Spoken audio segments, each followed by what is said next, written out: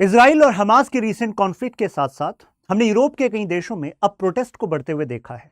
कुछ protest by Muslim population raising voice against Israel actions and demanding their government to take strongest action possible against Israel. कहां पर कहा मैंने? Europe में। तो आपके दिमाग में सवाल उठना चाहिए कि यूरोप के ये देश जैसे कि फ्रांस, जर्मनी, इन सब से अगर इन्हीं की जनता जो मुस्लिम पॉपुलेशन सॉलिडारिटी रखती है पैलेस्टीनियन कॉज के साथ, वो अगर मांग करेगी, दबाव बनाएगी कि भाई एंटी इजराइल स्टैंड रखिए, तो वहां की सरकार करेगी क्या? और अगर नहीं मानती तो फिर क्या होगा? दूसरी तरफ एक और वेव है जो यहां पर एक इमिग्रेशन का जो मुद्दा है उस पर सवाल खड़े कर रही है। यानी कि जब जब मिडिल ईस्ट में क्राइसिस हुए हैं तो हमने पॉपुलेशन को इमिग्रेट होते हुए देखा है। कहां? रिफ्यूजी का क्राइसिस कहां देखा है? यूरोप में। देखिए, इसको केवल रिलीजन एंगल से मत देखिएगा इमिग्रेशन को, क्योंकि चाहे नदर्न अफ्रीका हो चाहे मिडिल ईस्ट हो, क्राइसिस अगर सीरिया में हुआ तो कोई सऊदी अरब में नहीं गया, सऊदी अरब में जाकर नहीं बसा। उसको जाना था तो कहां गया? France, Germany. ऐसा क्यों? Economic prospects. लेकिन इन देशों की खुद की जो नीतियां हैं जो पिछले कुछ समय में बदली हैं, तो ऐसे में वहीं की जो मुस्लिम पॉपुलेशन है जब कहेगी कि भाई हमारे जो ब्रदर्स हैं, अब अगर उनको अपना परसिक्यूशन झेलना पड़ रहा है, अगर वो यहां पर आना चाहते और हमारी सरकार अब आने नहीं देती, तो ऐसे में फिर रेडिकलाइजेशन होता है। साथ में एंगल जुड़ा हुआ है इकोनॉमी का, यानी कि अब ऑयल प्राइसेस बढ़ेंगे तो क्या होगा। तो यहां पर तीन सिनेरियो हैं इस वॉर के जिनको मैं बात आपसे करने जा रहा हूं, और यूरोप पर भी तीन ही डायमेंशन जिस तरीके से इंपैक्ट करेगा। तो बड़ी इंटेंस डिस्कशन होने वाली है। जरा शुरू करते हैं कुछ इस एंगल से।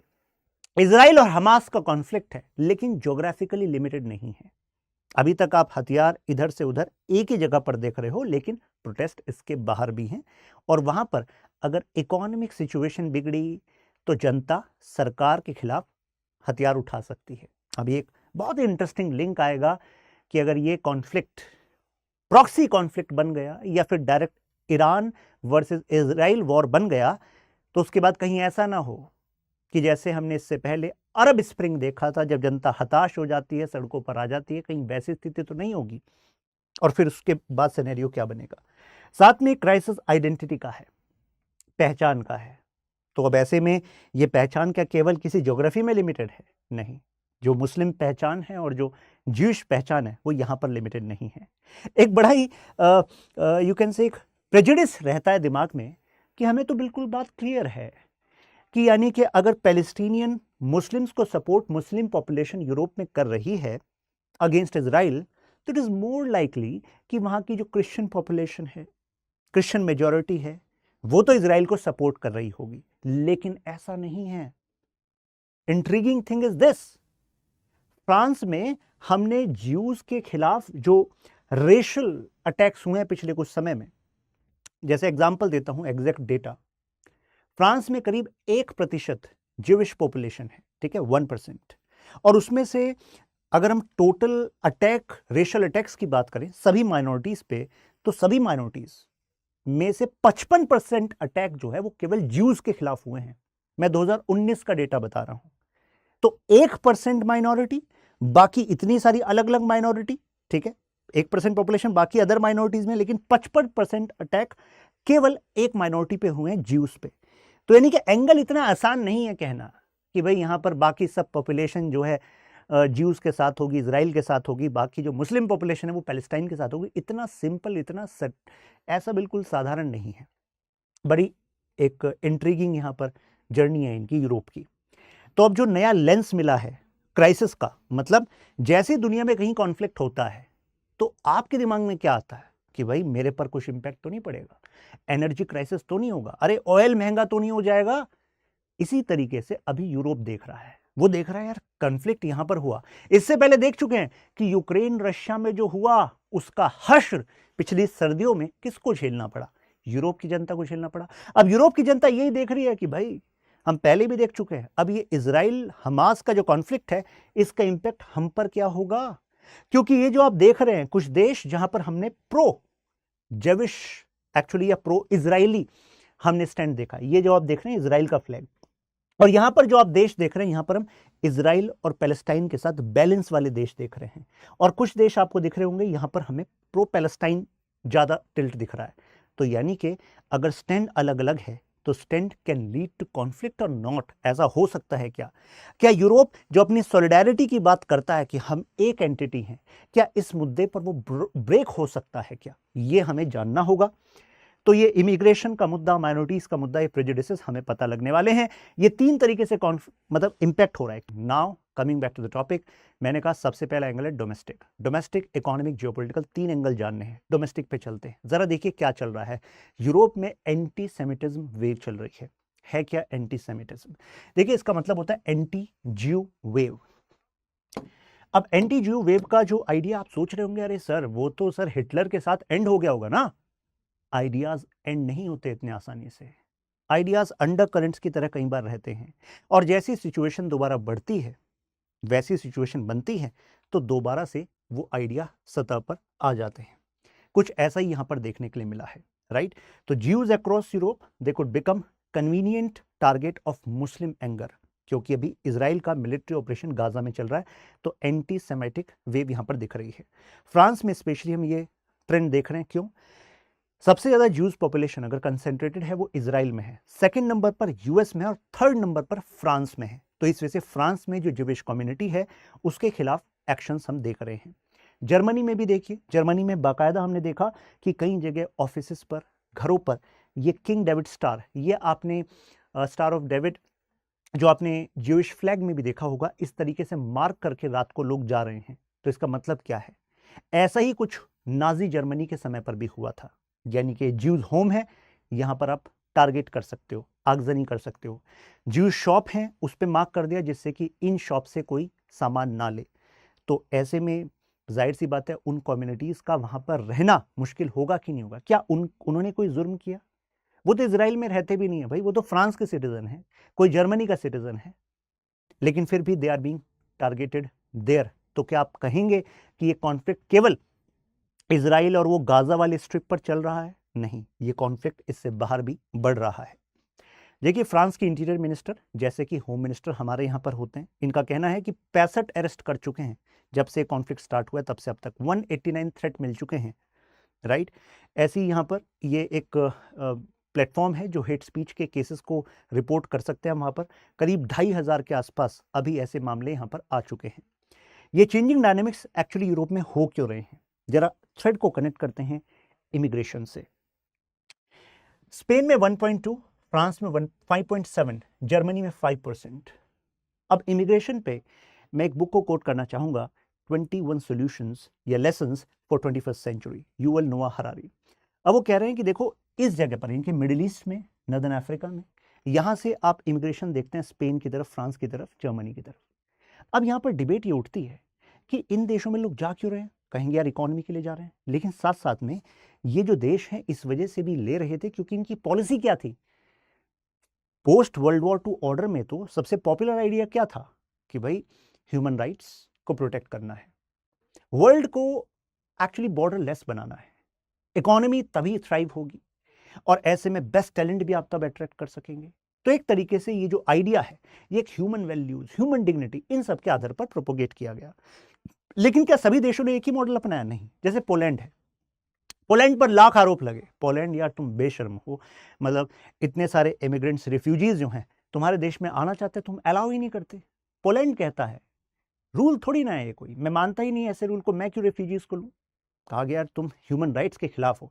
पोलैंड ने कहा मैं ह्यूमन राइट्स के खिलाफ नहीं हूं, मैं मानव गरिमा का सम्मान करता हूं, लेकिन मेरी जनता चाहती है कि बाहर से इमिग्रेंट पॉपुलेशन ना है। मेरी जनता कहती है कि हमारे राष्ट्र की सुरक्षा के लिए जरूरी है, तो सरकार का दायित्व यह है जो जनता चाहती है वो करे, तो हम तो अलाउ ही नहीं करते। तो आप देख रहे हैं एरिया यही है, पॉलिसी अलग है, और पॉलिसी अलग है तो सोसाइटी अलग होगी, सोसाइटी अलग होगी तो मुझे बताइए कुछ जो इश्यूज यहां पर आज देखने के लिए मिल रहे हैं, क्या यहां दिखेंगे? क्या नहीं दिखेंगे। एक पर्सपेक्टिव ये आता है भाई, इस वजह से पोलैंड जो है वो एंटी इमिग्रेशन स्टैंड रखता है। तो यानी कि इमिग्रेशन पे एक डिबेट का जो पहला पॉइंट है वो ये आता है कि जो होस्ट कंट्री, जैसे फ्रांस है, फ्रांस ने कहा हमने दरवाजे ओपन कर दिए, आइए आप। जर्मनी ओपन कर दिया, आइए आप। तो होस्ट कंट्री की ड्यूटी है क्या कि अब जैसे इजराइल पैलेस्टाइन में इशू हो रहा है, तो यहां से भी रिफ्यूजीज जा रहे हैं। तो अब होस्ट कंट्री की ड्यूटी है क्या, एक्सेप्ट करे? तो जो प्रो इमिग्रेशन है वो कहेंगे यस इट इज ड्यूटी, क्योंकि अल्टीमेटली उनकी गलती नहीं है जो लोग वहां से रिफ्यूजी बन रहे हैं, वो तो इस कॉन्फ्लिक्ट के बीच में आ गए हैं, उनकी क्या गलती? तो बीइंग ह्यूमन वो डिजर्व करते हैं सेफ्टी, जहां पर वो अपने लाइवलीहुड के लिए काम कर सके, अपने बच्चों का, अब फैमिली का ख्याल रख सके। तो ऐसे में अलाउ होना चाहिए, होस्ट कंट्री का जिम्मेदारी है ये। लेकिन इसी पॉइंट पर अब यूरोप में डिबेट होने वाली है, इस पर बढ़ने वाली है। ये ट्रेंड पहले से चल रहे थे, अब ये एस्केलेरेट होंगे, और इसी वजह से यूरोप में हम डिवीजन देख सकते हैं, नियर फ्यूचर में कॉन्फ्लिक्ट बढ़ सकता है। दूसरा है नो, वो कहता है नहीं नहीं यार, क्या मतलब होस्ट कंट्री की ड्यूटी कैसे हो गई, ये तो मर्जी है हमारी, हमारे घर में कोई मेहमान आएगा, ड्यूटी थोड़ी ना है। अगर मेहमान नुकसानदायक है तो किस बात का मेहमान, दरवाजे बंद कर दिए जाएंगे। तो ये एंटी इमिग्रेशन कहता है नहीं भाई, ड्यूटी नहीं है। फिर दूसरा है कि मान लो आ गए, अब जो उनके स्पेशल राइट्स हैं, मतलब ये कहते हैं कि भाई हमारी तो लिबरल सोसाइटी है, जैसे कि हम पैट्रियार्की के सपोर्ट में नहीं है इतने ज्यादा, यानी कि हमारे वेमेन जो हैं वो लिबरल विचारों के आधार पर एजुकेशन में भी एंगेज हो सकती हैं और अदर एक्टिविटीज़ में एंगेज हो सकती हैं, ऐसा कोई बाउंड नहीं है चीज़ों को, राइट। और हम सेक्युलर कंट्री हैं, हम इस्लामिस्ट कंट्री नहीं है या फिर अदर रिलीजियस बेस्ड कंट्री नहीं है। तो ऐसे में अब उन देशों का जो कल्चर है लोगों का, जो यहाँ से जा रहे हैं और जो जाते आए हैं, वो अलग है। अब यहाँ पर आती है डिबेट मल्टी कल्चरलिज्म की, कि यार ग्लोबलाइजेशन ने दुनिया को एक कर दिया है। देखो आज आप कहीं से भी कहीं पर जा सकते हो, दुनिया एक हो गई है। लेकिन यहीं पर पॉइंट उठता है, कहाँ एक हो गई है? जब दूसरी दूसरी जगह से लोग आकर एक जगह आते हैं, तो आपको नहीं लगता कि आइडेंटिटी और ज्यादा प्रोमिनेंट हो जाती है? तो कुछ ऐसा ही ट्रेंड हमें जर्मनी में, स्वीडन में, इटली में देखने को मिल रहा है। अब वहां पर जो है प्रोटेक्शनिज्म की वेव चल रही है, यानी कि वो कह रहे हैं नहीं नहीं भाई, हमारी अपनी एथनिसिटी है, अपनी नेशनैलिटी है, हमें इसको प्रमोट करना है, हमें इसको सेफगार्ड करना है, ये थ्रेट में है। तो ऐसा ही थ्रेट परसेप्शन यहां पर बिल्ड होते हुए हम देख रहे हैं। इसको कहा जाता है राइज ऑफ राइट, जो कंजर्व करना चाहते हैं, कंजर्वेटिव भी शब्द हम यूज करते हैं। और अगर आ गए हैं तो उनको स्पेशल राइट दें कि नहीं दें? तो कुछ जो सपोर्टर हैं, जैसे भीखू पारेख हैं, भारत में ही पैदा हुए, फिर उसके बाद ब्रिटेन में जाकर बस गए, ब्रिटेन के हाउस ऑफ लॉर्ड के मेंबर भी थे और ब्रिटेन सरकार को सपोर्ट भी करते थे इस पॉलिसी को बनाने में। उनका कहना नहीं भाई, स्पेशल राइट्स तो देने चाहिए, क्योंकि कोई भी व्यक्ति अगर आ गया है तो अगर वो काम करने जा रहा है बाजार में, तो ऐसा तो नहीं अपना धर्म घर पे छोड़ के आएगा, तो उनको स्पेशल राइट्स दो। तो स्पेशल राइट्स मिलने चाहिए। कुछ लोग कहते हैं नहीं मिलने चाहिए भाई स्पेशल राइट्स, जो इस कंट्री का कल्चर है, इस कंट्री के कानून है, उसके हिसाब से आप एसिमुलेट हों।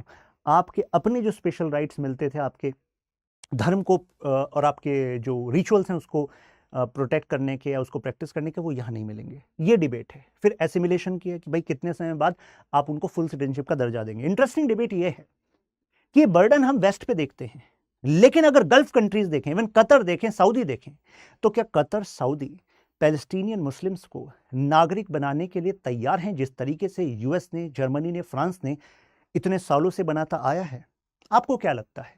आप कहेंगे सर वो तो लग रहा है सर पैलेस्टीनियन कॉज के साथ खड़े हैं सर, वो तो सर नागरिक बना लेंगे सर, लेकिन डेटा कुछ और कहता है। समझ रहे हैं बात? जैसे कतर का एग्जाम्पल ले लीजिए।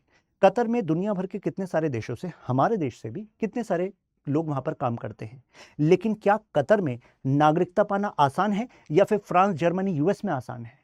Answer is France, Germany, US में मिल जाएगा आपको बराबरी का दर्जा, कतर में नहीं मिलेगा, सऊदी में नहीं मिलेगा। और इस वजह से यहां पर मिडिल ईस्ट के कई देशों ने तो जो बाहर से पॉपुलेशन है उनको लेबर की तरह यूज किया है, सेकंड ग्रेड ही वो रहे हैं, फुल एसिमिलेशन यहां भी नहीं हो पाया। समझ रहे ना? तो it should not be seen just in context of anti west, right? तो ये यहां पर डिबेट चल रही है। तो आगे जाके ये जो डिबेट है, जो अब तक चल रहा था इमिग्रेशन, शायद आगे जाके कुछ लोग कहें कि भाई संख्या बढ़ गई है और रेडिकलाइजेशन के ट्रेंड है, कुछ लोग कहेंगे बंद कर दो, कुछ लोग कहेंगे कर दो। तो ऐसे में ईयू जो अपने आप को एक सॉलिड पिलर बनाना चाहता है जियोपॉलिटिक्स में, बनाएगा कैसे? अब दो रीजंस हैं यहां पर जो चिंता के हैं। एक तो सर्वाइवल ऑफ एंटी सेमिटिज्म, अभी हम उसके रूट पे भी जाएंगे, और दूसरा है प्रिविलेज्ड मुस्लिम इंस्टीट्यूशंस, जो कि फ्रांस में भी हैं, ब्रिटेन में भी हैं, और वहां की सरकारें मुस्लिम कम्युनिटीज को गवर्न करने के लिए इन इंस्टीट्यूशंस को इंटरलॉक्यूटर्स की तरह इस्तेमाल कर रही है। यानी कि अगर उन कम्युनिटीज को कुछ मनवाना है, कुछ बताना है, तो इन इंस्टीट्यूशंस का इस्तेमाल कर रही है। तो एक तरीके से इनकी पावर बहुत ज्यादा बढ़ गई है। और वहां पर कुछ आरोप लगते हैं फंडामेंटलिज्म के, जो अगेन इशू को वहां पर एस्केलेट कर सकते हैं। जरा एंटीसेमिटिज्म के बैकग्राउंड में जाते हैं। मैं बात कर रहा हूं अभी नाजी से पहले की। मार्टिन लूथर से बात करते हैं क्योंकि इनका एक वर्क था जो आप देख रहे हैं, ज्यूज एंड देयर लाइज। बात है 1543 की। देखिए कहां जाकर, मतलब 1939 से 1945 तक वर्ल्ड वॉर 2 हुआ, 1918 से 1939 इंटर वॉर पीरियड में जाकर हमने नाजी पार्टी में हिटलर को राइज होते हुए देखा, राइट? 1918 से 1939। लेकिन ये कब का पीरियड है? 1543। तो 1543 की इस बुक में मार्टिन लूथर कह रहे हैं ज्यूज को खत्म करना चाहिए। उनका कहना है कि ज्यूज आर इम्प्योर, ज्यूज के जो प्लेसेस ऑफ वर्शिप है उनको डिस्ट्रॉय करना चाहिए। ये कुछ उन्होंने ट्रीटीज में, मतलब अपनी बुक में कुछ डायरेक्शंस दी हैं। तो आप देख रहे हैं रूट कितने पुराने थे। हिटलर ने तो इन रूट्स को, इन आइडियाज को रिवाइव किया था, यूज किया था। कह रहे हैं कि संपत्ति को जला दो, कह रहे हैं कि घरों को जला दो, पॉइजनस बता रहे हैं ज्यूज को। कह रहे हैं कि जो रबीज होते हैं, मतलब जुडाइज्म के जो प्रीचर्स होते हैं, जैसे क्लर्गी होती है, पंडित होते हैं, तो ऐसे रबीज होते हैं, कह रहे हैं उनको अलाउ मत करो, कहीं पर भी एंट्री अलाउ मत करो। सो ये नाजी पार्टी ने तो केवल इन आइडियाज का इस्तेमाल किया। तो ये आइडियाज रूट मतलब रहे हैं, मतलब वो अंडर करंट की तरह रहे हैं। तो जो हेट्रेड टुवर्ड्स ज्यूज है तो बेस रहा है हॉलोकॉस्ट का। तो अगर आप खुद ही सोचिए 1543 से उसका इंपैक्ट हमने 1989 से 1939 इस वाले पीरियड में देखा, तो आपको नहीं लगता कि ये पीरियड 1939 वाला ज्यादा दूर थोड़ी ना रहा? आज हम 2023 में हैं। तो अगर कंडीशंस इकोनॉमिक डिससेटिस्फैक्शन की है, यूरोप में जर्मनी जब ये क्राइसिस झेल रहा था, अरे यार इकोनॉमिक क्राइसिस चल रहा है, पॉलिटिकल क्राइसिस चल रहा है, तो जनता को क्राइसिस में चाहिए होता है कोई स्केपगोट।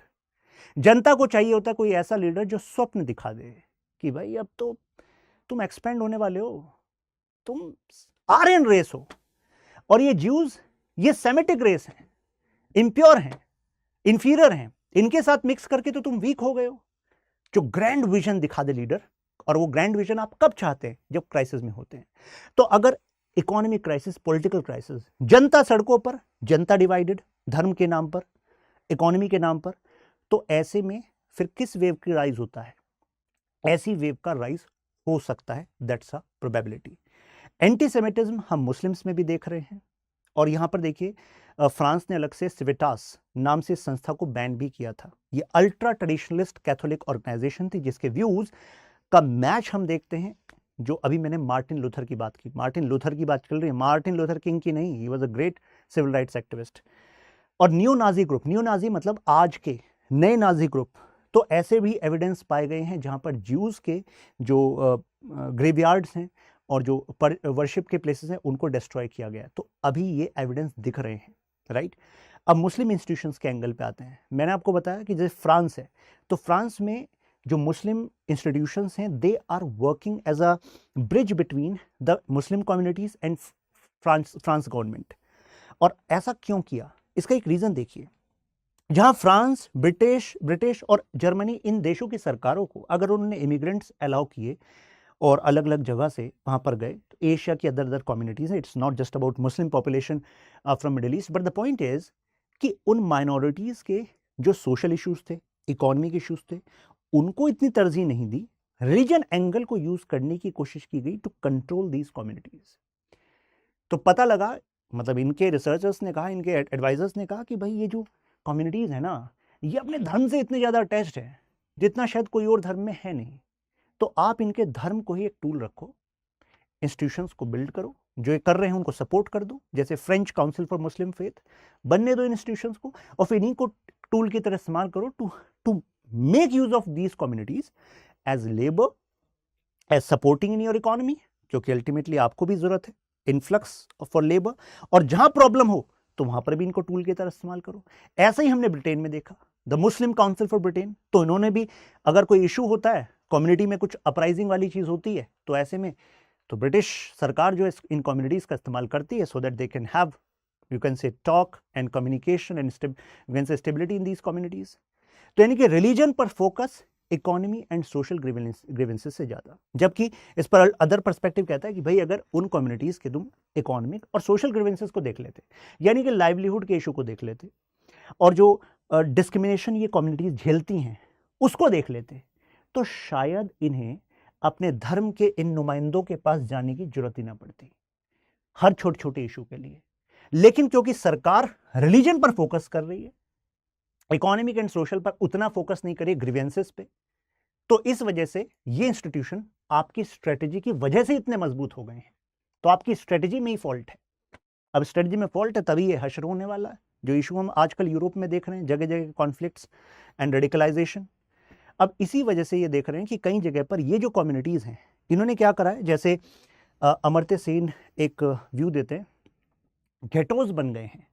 यानी कि क्योंकि आपने धर्म के एंगल को दिया, कुछ तो वो कम्युनिटीज की थियोलॉजी पास्ट ऐसा था, फिर कुछ जगह जब वो नई जगह आए तो उन्हें पता था भाई रेशियल डिस्क्रिमिनेशन है, इकोनॉमिक अपॉर्चुनिटीज आसान नहीं है, तो ऐसे में उन्हें पता लगा भाई सॉल्यूशन यही है कि हम अपनी कम्युनिटी के लोगों के साथ ही रहें, अपनी ही रहनुमा बनाएं, बस इन्हीं के साथ क्लोज नेबरहुड में रहें। तो ऐसे में एसिमिलेशन हो पाएगा क्या? एसिमिलेशन हो ही नहीं सकता। और एसिमिलेशन होगा तो सोसाइटी क्या रहेगी? डिवाइडेड रहेगी। और डिवाइडेड रहेगी तो जहां पर आपने गेटोस की तरह, मतलब जैसे एक जगह कंसेंट्रेट हो जाते हैं, तो अगर वैसे ही आप रहोगे तो वहां पर जो कम्युनिटीज हैं वो अपने ही वर्ल्ड, अपने ही पर्सपेक्टिव में घिरी रहेंगी। और फिर वहां पर जो है रेडिकलाइजेशन, दुनिया में किसी जगह कुछ हो रहा है, आपको अपने काम धंधे से काम होना चाहिए, लेकिन आपको लगे तो मेरा ही दर्द है। क्यों? क्योंकि वही पर्सपेक्टिव उधर घूम रहा है ना। ट्रू एसिमिलेशन हो ही नहीं पाया आपका, ना फ्रांस में हुआ, ना ब्रिटेन में हुआ, ना जर्मनी में हुआ। देख रहे हैं भूल, देख रहे हैं यूरोप की क्या रही। इकोनॉमिक देखिए अब उसके बाद आते हैं यूरोप के खुद में क्या इश्यूज हैं। जैसे कि अभी आईएमएफ का एक प्रेडिक्शन आया था कि यूरो जोन के देशों की बात करें, यानी कि जहां पर ये यूरो चलता है, तो 0.7% के आसपास का ग्रोथ रेट देखा जाता है इस ईयर, और अगले साल 1.2%। तो आप खुद ही देखिए कितना कम है। तो यानी कि जो रशिया यूक्रेन वॉर है, इसका भी एक नेगेटिव इंपैक्ट है। ऑयल प्राइसेस में कहा जा रहा है कि 4% की और ज्यादा बढ़त हो सकती है, तो जाहिर सी बात है इस पे भी इन्फ्लेशन पर इंपैक्ट पड़ सकता है। अब इसमें सबसे बड़ा जो इंपैक्ट इकोनॉमी पड़ेगा वो 3 अलग अलग सिनेरियो में पड़ेगा। पहला है केस, अगर ये गाजा और इजराइल का ही मुद्दा रहे, ज्यादा बढ़े ना, तब क्या होगा? अगर भाई ये इजराइल, सीरिया, लेबनान, यहां पर प्रॉक्सी वॉर चलने लगे। हम सबको पता है कि सीरिया, लेबनान का हिजबुल्लाह ग्रुप, सीरिया में बशर अल असद, ये जो हैं सपोर्ट करते हैं टू हमास अगेंस्ट इजराइल। यहां तक प्रॉक्सी वॉर, प्रॉक्सी की बात चल रही है। अब फिर है कि अब ये तो साथ में है ही, अब ये फर्दर एस्केलेट हो जाए कि भाई हम तो साथ हैं ही, यहां तो वॉर चले गई, साथ में ईरान को भी साथ ले लेंगे। लेकिन ईरान की लोकेशन गल्फ पर, और गल्फ से जाता है 1/5 ऑफ ऑयल सप्लाई। तो अगर ईरान इसके जड़ में आया, मतलब जड़ नहीं जद में आया, तो क्या होगा? 1/5 of oil supply, straight of Hormuz अभी मैं दिखाने वाला हूं, उस पर इंपैक्ट हो जाएगा भाई। अगर उस पर इंपैक्ट हो गया तो मुझे बताइए, यूरोप के देश कहेंगे यार ये क्या ही चल रहा है। रशिया यूक्रेन वॉर हुआ, अभी तक नहीं हम उबर पाए, इकोनॉमी पर इंपैक्ट देख रहे हैं। और इधर आपने ये भी करा दिया, ऑयल सप्लाई पे इशू, इस वाले ट्रेड रूट्स पे इशू, और पंगा करा दिया तो और इंपैक्ट हो जाएगा।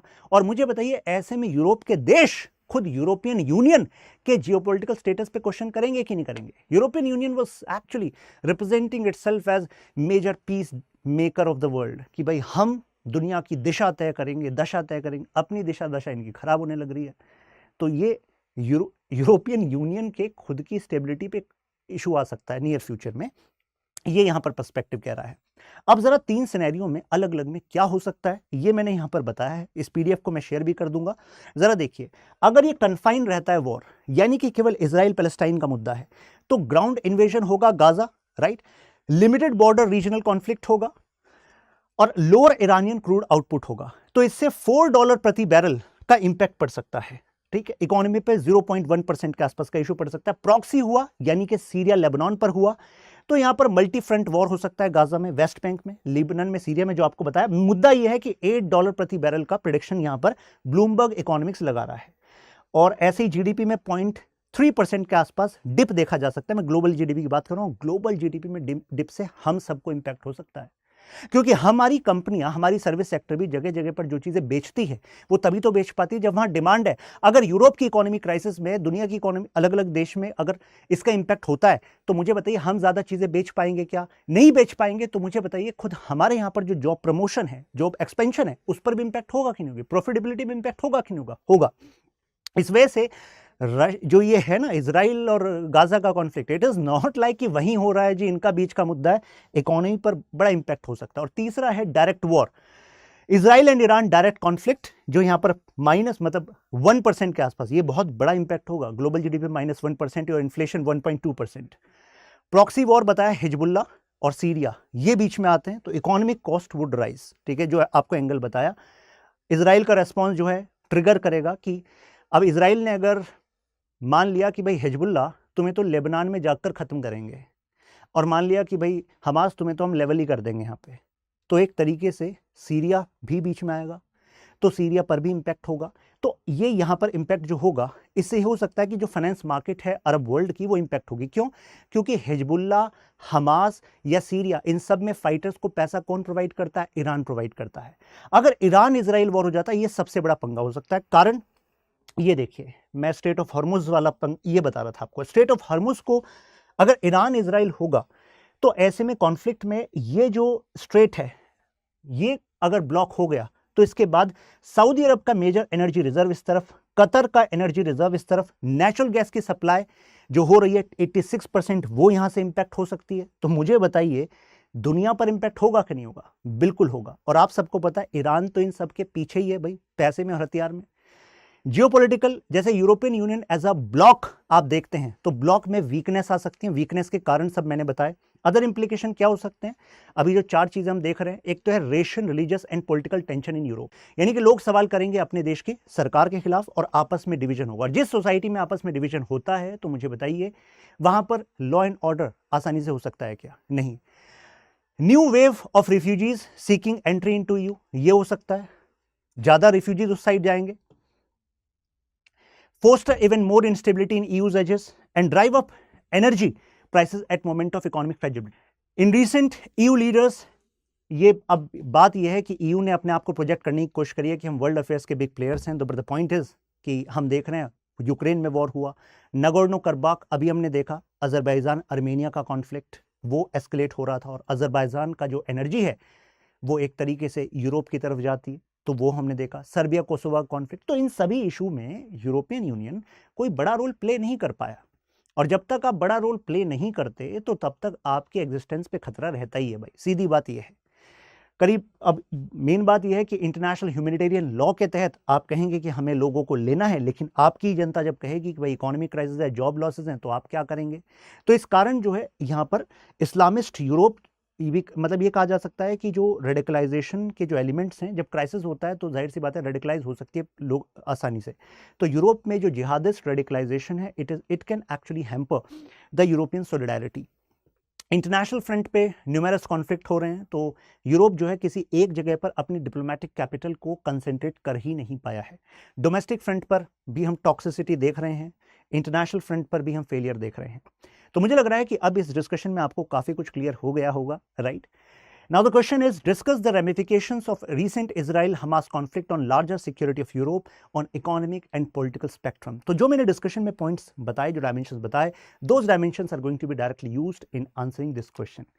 ये PDF आपको यहाँ पर मिल जाएगी, शशांक त्यागी for you.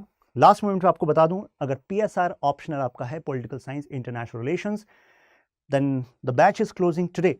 तो आप studyIQ.com पर जाएंगे, डायरेक्टली आप एनरोल कर लेंगे, त्यागी लाइव कोड यूज कर लेंगे तो आपको मैक्सिमम डिस्काउंट मिल जाएगा।